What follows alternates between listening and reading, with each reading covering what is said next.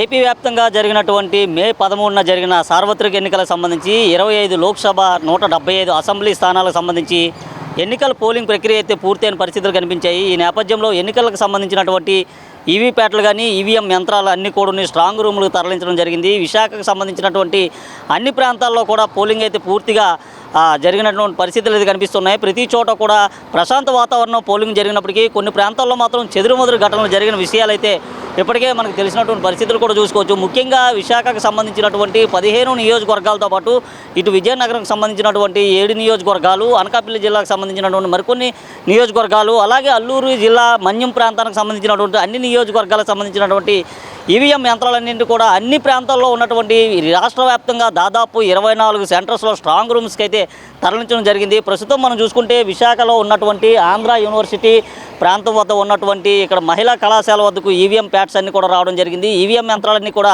ఈ ప్రాంతానికి అయితే తీసుకుని రావడం జరిగింది. రాష్ట్ర వ్యాప్తంగా 2387 మంది ఎమ్మెల్యే అభ్యర్థులు ఈ ఎన్నికల బరిలో నిలిచిన పరిస్థితి చూసుకోవచ్చు. ముఖ్యంగా ఇటు విశాఖకు సంబంధించి కానీ ఉత్తరాంధ్రకు సంబంధించి కానీ అన్ని జిల్లాల్లో కూడా దాదాపుగా అన్ని స్ట్రాంగ్ రూమ్స్ వద్ద కూడా 3 అంచెల భద్రత అయితే పోలీసులు ఏర్పాటు చేయడం జరిగింది. అయితే నిన్న జరిగినటువంటి పల్నాడు ఘటనకు సంబంధించి కానీ మొన్న జరిగినటువంటి తిరుపతి ఘటనకు సంబంధించి కానీ ఇటు స్ట్రాంగ్ రూమ్స్ వద్ద అయితే భద్రత మరింత కట్టుదిట్టం చేసిన పరిస్థితి అయితే చూసుకోవచ్చు. ఒకసారి విజువల్స్లో చూసుకుంటే ఆ ద్వారం వద్ద ఉన్నటువంటి పోలీసులు 24 గంటలు కూడా పహారా కాస్తున్న పరిస్థితులన్నీ క్షుణ్ణంగా కనిపిస్తున్నాయి. అయితే ఇక్కడ మొదటగా కూడా ఇక్కడ ఫెన్సింగ్ అయితే ఏర్పాటు చేయడం జరిగింది.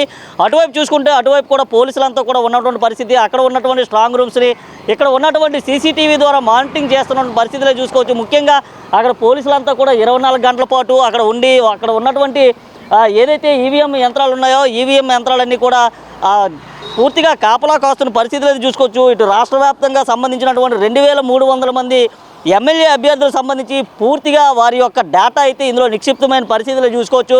మే 13న జరిగినటువంటి ఎన్నికల్లో పెద్ద ఎత్తున కూడా పోలింగ్ జరిగింది. గత ఎన్నికలతో పోల్చుకుంటే ఈ ఎన్నికల్లో దాదాపు 3% మేర ఓట్లు ఎక్కువ నమోదైన పరిస్థితి అయితే చూసుకోవచ్చు. ఇటు రాష్ట్ర వ్యాప్తంగా కూడా దాదాపు 82 నుంచి 83% ఓట్లు పోలైనట్టుగా కూడా ఇప్పటికే ఎన్నికల అధికారులు అయితే తెలియజేయడం జరిగింది. అయితే ఈ నేపథ్యంలో ఇక్కడ ఉన్నటువంటి ఈవీఎం యంత్రాలకు సంబంధించి కట్టుదిట్టమైన భద్రత ఏర్పాట్లు చేయాలంటూ కూడా అధికారులు అయితే సూచించారు. రాష్ట్ర వ్యాప్తంగా ఉన్నటువంటి 350 స్ట్రాంగ్ రూమ్లు అంటే 26 ప్రాంతాల్లో ఏదైతే ఇటు విశాఖ జిల్లాకు సంబంధించి కానీ అటు మన్యం జిల్లా కానీ లేదా మరికొన్ని జిల్లాలకు సంబంధించి ఏదైతే ఈ 26 జిల్లాలు ఉన్నాయో 26 జిల్లాలకు సంబంధించినటువంటి ప్రాంతాల్లో దాదాపు 350 స్ట్రాంగ్ రూమ్స్లో ఎన్నికలకు సంబంధించినటువంటి ఈవీఎం యంత్రాలన్నీ కూడా భద్రపరచడం జరిగింది. ఇప్పటికే అభ్యర్థులకు సంబంధించినటువంటి ఏదైతే ఓటింగ్ జరిగిందో ఓటింగ్ అంతా కూడా ఎన్నికల యంత్రాల్లో పూర్తిగా నిక్షిప్తమైనటువంటి పరిస్థితులు అయితే ఉన్నాయి. మరో 20 రోజుల్లో అభ్యర్థులకు సంబంధించినటువంటి సమాచారం అంతా కూడా బయటకు రానుంది. అయితే ఎవరు అధికారంలోకి రాబోతున్నారు, ఎవరికి ఎక్కువగా ఓటింగ్ వచ్చిందనే అంశాన్ని కూడా ఇప్పటికే అభ్యర్థులు అయితే పెద్ద ఎత్తున కూడా బెట్టింగ్లు జరిగే పరిస్థితులు అయితే కనిపిస్తున్న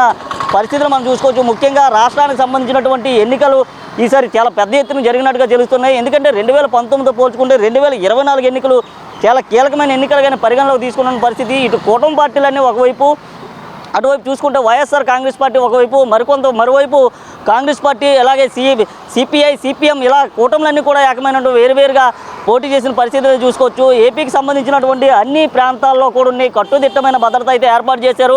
పూర్తిగా 144 సెక్షన్లు అయితే ఈ ఓటింగ్ సంబంధించిన యంత్రాలన్నీ కూడా పరిశీలన జరుగుతుంది. అయితే ఈ ఓటింగ్ యంత్రాలన్నీ కూడా భద్రపరిచినటువంటి భద్రతా వలయానికి ఎవరిని కూడా లోపలికి అనుమతించే పరిస్థితి కనిపించట్లేదు. ఇక్కడ చూసుకుంటే మొదటిగా కంచెని అయితే ఏర్పాటు చేశారు. ఏదైతే ఫెన్సింగ్ ఏర్పాటు చేశారో ఫెన్సింగ్ అనంతరం ద్వారాన్ని ఏర్పాటు చేశారు.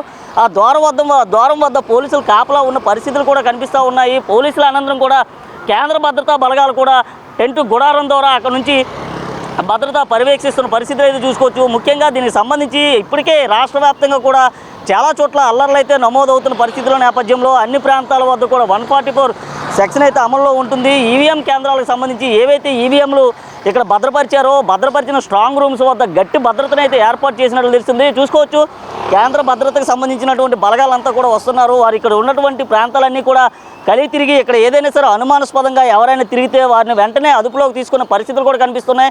దీనికి సంబంధించి మనం చూసుకుంటే ఆంధ్ర యూనివర్సిటీకి సంబంధించినటువంటి ప్రాంగణం అంతా కూడా పూర్తిగా పోలీసుల వలయంలో ఉన్న పరిస్థితులు అయితే చెప్పుకోవచ్చు. ఎందుకంటే 2387 మంది అభ్యర్థులకు సంబంధించినటువంటి డేటా అంతా కూడా ఇందులోనే ఉంటుంది. ఇందులోనే ఏదైనా ప్రమాదం జరిగితే పూర్తి డేటా అంతా కూడా పాడైపోయే పరిస్థితులు కనిపిస్తున్నాయి. ఈ నేపథ్యంలో జూన్ 4వ తారీఖున వచ్చేటటువంటి రిజల్ట్స్ పైన పూర్తిగా ప్రతి ఒక్కరు కూడా దృష్టి సారించిన పరిస్థితి అయితే ఉన్నాయి. మొత్తం 54 రూములకు సంబంధించినటువంటి ఇటు ఉమ్మడి విశాఖ జిల్లాకు సంబంధించినటువంటి విశాఖపట్నం కానీ లేదా అటు అనకాపల్లి జిల్లా మన్యం జిల్లాకు సంబంధించినటువంటి ప్రాంతం కానీ లేదా అల్లూరు జిల్లాకు సంబంధించినటువంటి ప్రాంతం, ఈ 4 జిల్లాలకు సంబంధించినటువంటి పూర్తి డేటా కూడా ఇక్కడ ఉన్నటువంటి అన్ని ప్రాంతాల్లో కూడా నిక్షిప్తం చేయడం జరిగింది. అటు రంపచోడవరంతో పాటు ఇటు అనకాపల్లి, అటు విజయనగరం ప్రాంతంలో ఉన్నటువంటి మరికొన్ని ప్రాంతాల్లో, అలా విశాఖకు సంబంధించినటువంటి 7 నియోజకవర్గాలు ఏవైతే ఉన్నాయో ఆ 7 నియోజకవర్గాలకు సంబంధించిన డేటా ఇక్కడ ఉంది. Visakha east, Visakha west, Visakha north, Visakha సౌత్తో పాటుగా ఇక్కడ ఉన్నటువంటి భీమిలి నియోజకవర్గం కానీ, గాజువాక నియోజకవర్గం కానీ లేదా ఎస్కోట నియోజకవర్గానికి సంబంధించినటువంటి డేటా అంతా కూడా ఆంధ్ర యూనివర్సిటీ సంబంధించినటువంటి ఇక్కడ స్ట్రాంగ్ రూమ్స్ అయితే భద్రపరచడం జరిగింది. ఇప్పటికే అధికారులు ప్రతిరోజు కూడా వచ్చి ఒక దినచర్యగా ఈవీఎం ఇక్కడ ఉన్నటువంటి స్ట్రాంగ్ రూమ్స్ అన్నీ కూడా పరిశీలించి ముందుకు వెళ్తున్న పరిస్థితి అయితే కనిపిస్తూ ఉన్నాయి. ప్రతిరోజు ఇక్కడ ఉన్నటువంటి డేటాను అంతటినీ కూడా వాళ్ళు సీసీటీవీ ఫుటేజ్ ద్వారా, ఏదైతే సీసీటీవీ ఫుటేజ్ ఉందో ఈ సీసీటీవీ ఫుటేజ్ ద్వారా కూడా వారంతా పరిగణలోకి తీసుకుంటున్నారు. ఇక్కడ ఎవరైనా సరే కొత్త వ్యక్తులు కదలికలు కానీ కనిపిస్తే వారిని వెంటనే అదుపులోకి తీసుకునే పరిస్థితులు కూడా కనిపిస్తూ ఉన్నాయి. దూరంలో ఎవరైనా సరే దాదాపు 200 మీటర్ల దూరంలోనే ఉండే అవకాశం అయితే అధికారులు కల్పించారు. అలాగే 24 గంటలు కూడా ఉన్నాయి. ఎవరైతే అభ్యర్థులు పోటీ చేశారో అభ్యర్థులంతా కూడా 24 గంటలు కూడా ఈవీఎంలకు సంబంధించినటువంటి స్ట్రాంగ్ రూమ్స్ వద్ద వారు ఉండి వాటిని పరిశీలించే ప్రక్రియ కూడా వాళ్ళు తీసుకోవచ్చు అంటూ కూడా ఇప్పటికే అధికారులు అయితే చెప్పడం జరిగింది. అభ్యర్థులంతా కూడా 24 గంటలు ఈ ప్రాంతంలో ఉండి ఇక్కడ ఉన్నటువంటి ఈవీఎంలన్నింటినీ కూడా వారు చూస్తూ ఉండొచ్చు అని కూడా చెప్పారు. అలాగే ఈవీఎంలకు సంబంధించినటువంటి ఏదైతే డేటా ఉందో ఈ సీసీటీవీ ఫుటేజ్ ద్వారా కూడా పూర్తిగా పరిశీలనని కూడా చూస్తున్నారు. అలాగే లోపలికి వెళ్ళేటటువంటి ఎవరైనా సరే అభ్యర్థులు లోపలికి వెళ్ళాలంటే వారికి సంబంధించినటువంటి ఐడి కార్డు కూడా తప్పనిసరిగా ఇక్కడ చూపించాల్సిన పరిస్థితి అయితే ఉంటుంది. అయితే ఇప్పటికే పోలీస్ అధికారులు ఇటు ఉదయం పూట కానీ రాత్రిపూట కానీ ప్రతి సమయం కూడా కంటి మీద కునుకు లేకుండా కాపలా కాసిన పరిస్థితులు అయితే కనిపిస్తూ ఉన్నాయి. ఇది ఆంధ్ర యూనివర్సిటీకి సంబంధించినటువంటి ఈ ప్రాంతంతో పాటు అనకాపల్లి జిల్లాకు సంబంధించినటువంటి మరికొన్ని ఏరియాల్లో, ఏదైతే అనకాపల్లి జిల్లాకు సంబంధించినటువంటి దాదాపు కొన్ని ప్రాంతాల్లో ఎక్కడైతే ఈవీఎంలు భద్రపరిచారో ఈ ఈవీఎంలు భద్రపరిచిన స్ట్రాంగ్ రూమ్స్ వద్ద కూడా భద్రతా ఏర్పాట్లు అయితే పూర్తిగా జరుగుతున్నాయి. పల్నాడులో జరిగినటువంటి ఘటనలు మరలా పునరావృతం కాకుండా అన్ని ప్రాంతాల్లో కూడా 144 సెక్షన్ అయితే అమలు చేయడం జరిగింది. దీనికి సంబంధించినటువంటి పోలీస్ అధికారులు కూడా పూర్తి రకాల బాధ్యతా చర్యలను అయితే తీసుకోవడం జరిగింది. అలాగే అక్కడ జరిగినటువంటి చెదురుమరుల ఘటనలు తప్పించి విశాఖ వ్యాప్తంగా కానీ రాష్ట్ర వ్యాప్తంగా కొన్ని అన్ని ప్రాంతాల్లో కూడా ఓటింగ్ ప్రక్రియ అయితే సరళిగానే జరిగినట్టుగా తెలుస్తుంది.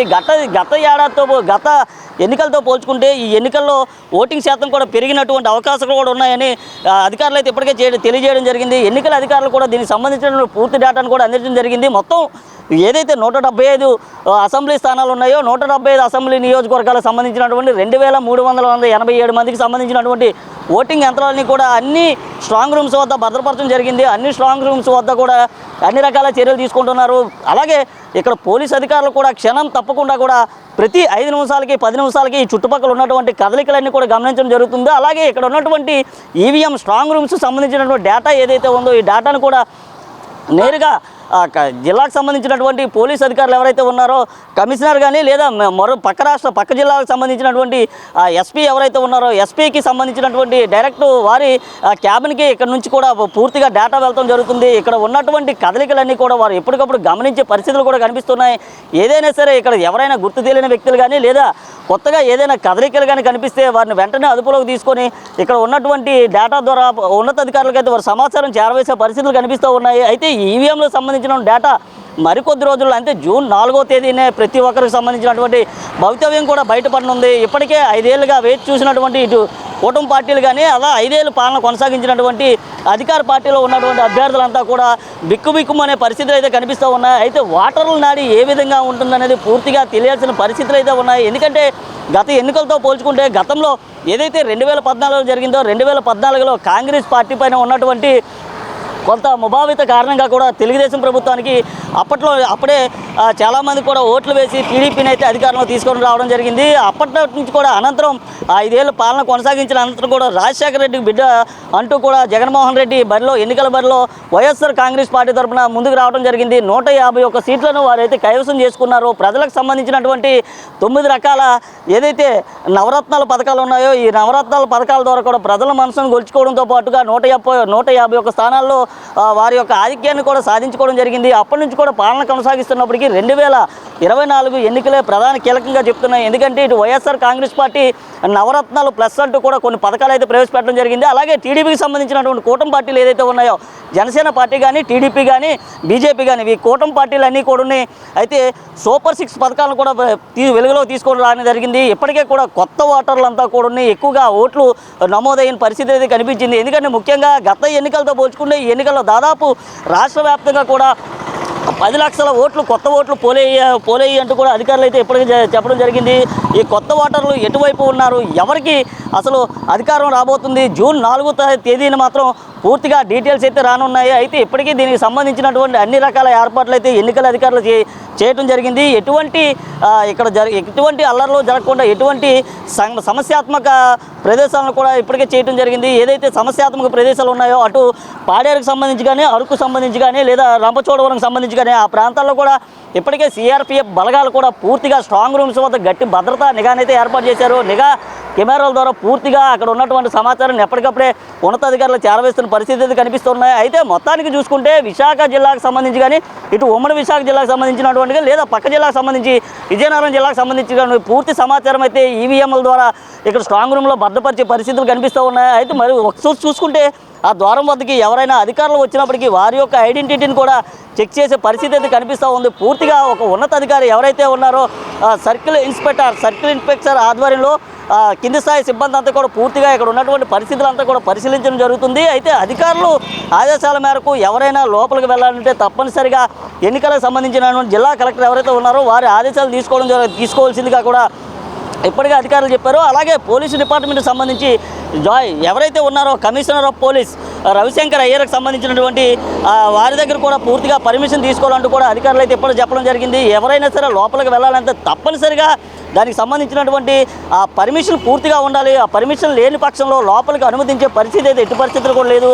అక్కడ ఉన్నటువంటి కంచి దాటుకొని ద్వారం దాటుకొని ముందుకు వెళ్ళాలంటే అక్కడ ఉన్నటువంటి సిఆర్పిఎఫ్ బలగాలతో కూడా వారి యొక్క పర్మిషన్ చూపించాల్సి ఉంటుంది. మొత్తానికి 3 అంచెల భద్రత నడుమ విశాఖకు సంబంధించినటువంటి కానీ లేదా రాష్ట్రానికి సంబంధించినటువంటి 2387 మంది అభ్యర్థుల డేటా అయితే పూర్తిగా నిక్షిప్తమైన పరిస్థితులు కనిపిస్తూ ఉన్నాయి. అయితే దీనికి సంబంధించి జూన్ 4వ తేదీన దీనికి సంబంధించిన ఫలితాలు కూడా బయటకు రానున్నాయి. 4వ తేదీకి సంబంధించి పూర్తి భద్రతా ఏర్పాట్లు అయితే ఇప్పటికే ఆంధ్ర యూనివర్సిటీ వ్యాప్తంగా కూడా అధికారులు చేయడం జరిగింది. భద్రతా ఏర్పాట్ల పైన పూర్తిగా పరిశీలన అయితే జరుగుతూ ఉంది. అయితే ఆంధ్ర యూనివర్సిటీలో జూన్ 4వ తేదీన ఈ చుట్టుపక్కల ఉన్నటువంటి ప్రాంతాలన్నింటినీ కూడా పూర్తిగా 144 సెక్షన్తో భద్రతా బలగాలు అయితే ఇక్కడ చేరుకొని ఉన్నాయి. మరికొద్ది రోజుల్లో 20 రోజుల్లోనే భవితవ్యం కూడా తేలిపోనుంది. ఎవరు అధికారంలోకి వస్తారనే అంశం కూడా మరో 20 రోజుల్లోనే దీనికి సంబంధించిన డేటా కూడా బయటకు రానుంది. అయితే ఇప్పటికే అన్ని రకాల ఏర్పాట్లు చేసినటువంటి అధికారులు జూన్ 4వ తేదీన పూర్తిగా దీనికి సంబంధించినటువంటి డేటా వివరించే పరిస్థితి అయితే కనిపిస్తూ ఉన్నాయి. ఇది ప్రస్తుతం విశాఖలో ఉన్నటువంటి తాజా పరిస్థితి.